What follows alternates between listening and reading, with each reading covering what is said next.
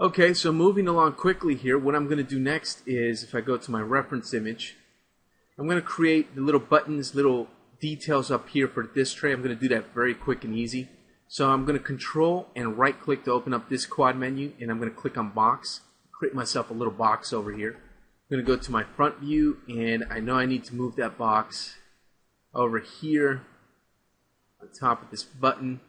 If I go to my right view, I can see the box needs to be positioned a little bit better.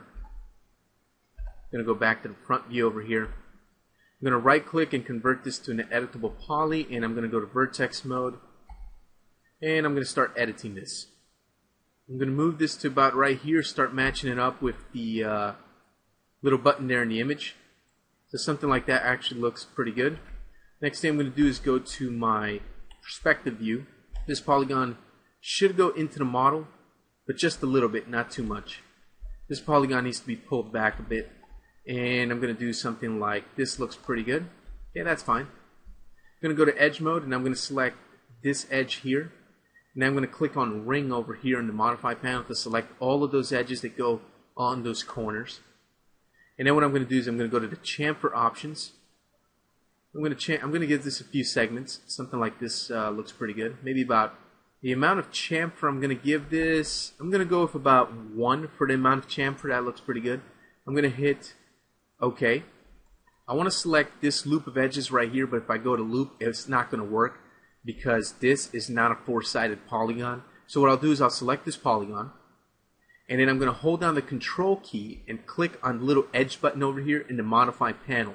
And that's a little trick. I'm going to go to chamfer. So basically, I'm going to go ahead and chamfer this a little bit, something like that. 6 subdivisions, 6 segments, looks pretty good. And there we go. Now, next thing I'm going to do is I'm going to take this guy and use the move tool. Now, I'm going to hold down shift and drag this over to make a clone. Basically, it's a duplicate. When the clone options comes up, just keep the default options. Number of copies set to 1. Make sure the object is set to copy, and I'll hit OK.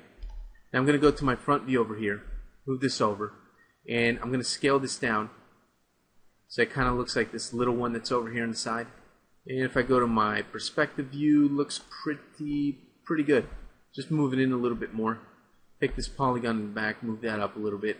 Okay, so something like that looks pretty good. Now what I'm going to do is I'm going to create the headphone jack.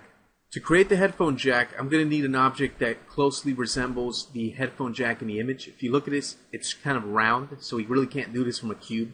I mean, technically I could, but I'm going to have to edit a lot more and waste time. So what shape more closely resembles a headphone jack? Well, that would be a cylinder, okay? If I go to my quad menu, control and right click to open up the primitives creation quad menu, we don't have cylinder here, we have plain box and sphere. So what we can do is go over here to the main create menu, go to standard primitives, and you'll see cylinder right here. So I'm going to click on cylinder, and then what I'm going to do is I'm going to go to my front view over here.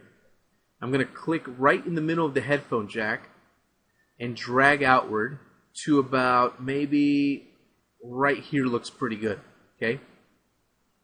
And I'm going to drag a little bit more. You can see over here the height parameter is adjusting. That's because we're actually giving this thing some height.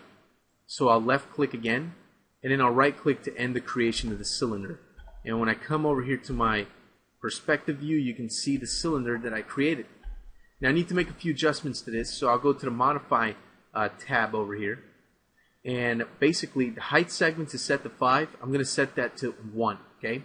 Now the sides determines how blocky or how round this is going to look. So if I add more sides, it's going to look more round. So I'm going to go with something like maybe 32 sides. Looks pretty good. Okay. The radius is fine. The height I don't really care about. You'll see in a moment why that is. Now what I'm going to do is convert this to an editable poly.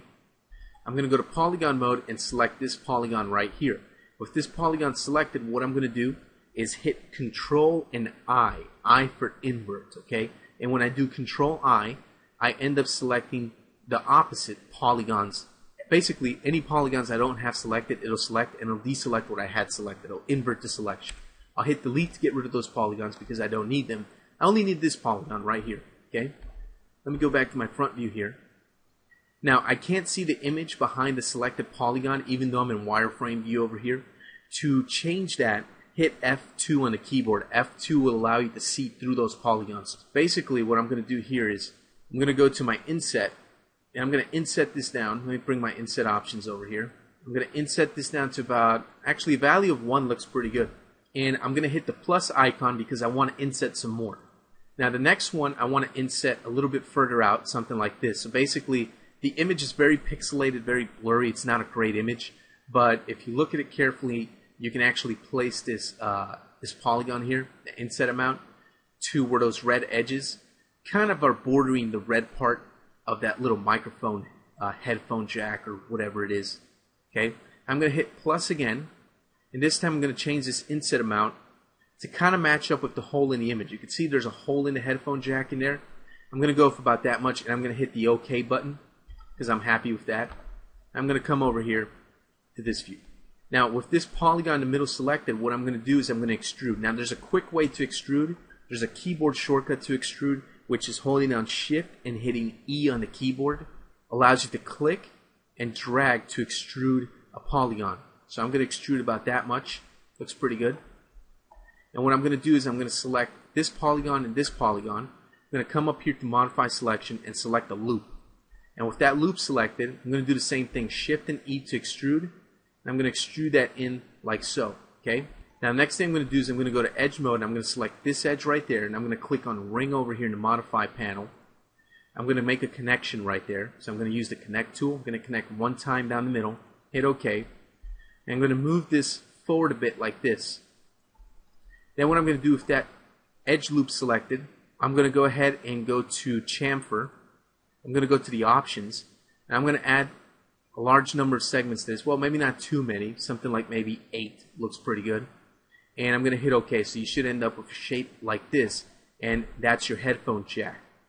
Now right now the headphone jack looks kind of funny. If I look at the render right here, the polygons look very faceted, meaning that they look very squarish and jaggedy.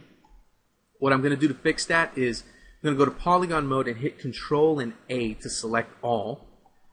And now I'm going to come down here in my Modify panel, down to the basically the polygon smoothing groups rollout, and I'm going to hit Auto Smooth with all those polygons selected. And now if I do a quick render, you'll notice that the polygons look very nice and round now. They don't look all faceted like they did before. So the headphone jack is pretty much complete. I'm going to end this video here, and in the next one we're going to see how you can go ahead and make this headphone jack part of the entire computer case over here.